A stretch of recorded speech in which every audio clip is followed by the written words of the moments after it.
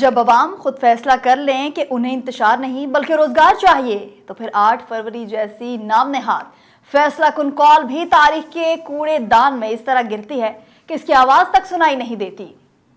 नाज़रीन, मुझे कहते हैं आकाशा यासीन और आप देख रहे हैं विजन पॉइंट। आज हम पाकिस्तान की सियासी तारीख के उस अहम तरीन दिन का तज्जिया करेंगे जब अवाम ने खामोशी से लेकिन पूरी ताकत के साथ अपना फैसला सुना दिया। 8 फरवरी को पाकिस्तान तहरीक इंसाफ की जानिब से दी गई मुल्क गिर शटडाउन और पहिया जैम हड़ताल की कॉल बुरी तरह नाकाम हो गई।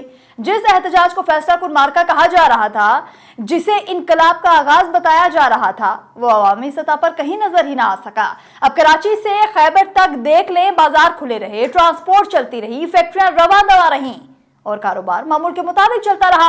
ये वो मनाजिर थे जिन्होंने पीटीआई के बयानिए की कली खोलकर सामने रख दी। शहरियों ने अपने अमल से वाजे किया कि वो अब इंतशार, तोड़फोड़ और बंदिश की सियासत का हिस्सा बनने को तैयार नहीं। ये नाकामी पीटीआई की स्ट्रीट पावर की नहीं बल्कि उनके बयानिए की मौत है। ये सवाल अब नागुज़िर है कि हर जी शौर पाकिस्तानी ये पूछ रहा है कि आखिर पहिया जैम और कारोबार बंद करके किसको फायदा होता है? क्या इससे इस दिहाड़ीदार मजदूर का फायदा होता है जो रोज कमाता है तो खाता है? क्या उससे उस दुकानदार का फायदा होता है जो महंगाई के दौर में किराया निकालने की कोशिश कर रहा है? या उससे मुल्की मईशत का फायदा होता है जो पहले ही आईसीयू में है? जवाब है नहीं। इसका फायदा सिर्फ एक सियासी ना की तस्कीन है। इसके बावजूद बानी पीटीआई एक बार फिर पूरे मुल्क को बंद करने की बात कर रहे हैं। ये वही पुरानी फिल्म है जो अवाम 2010 से देखते आ रहे हैं। कभी 126 दिन का धरना, कभी सिविल नाफरमानी, कभी बिल जलाना और कभी सड़कें बंद करना।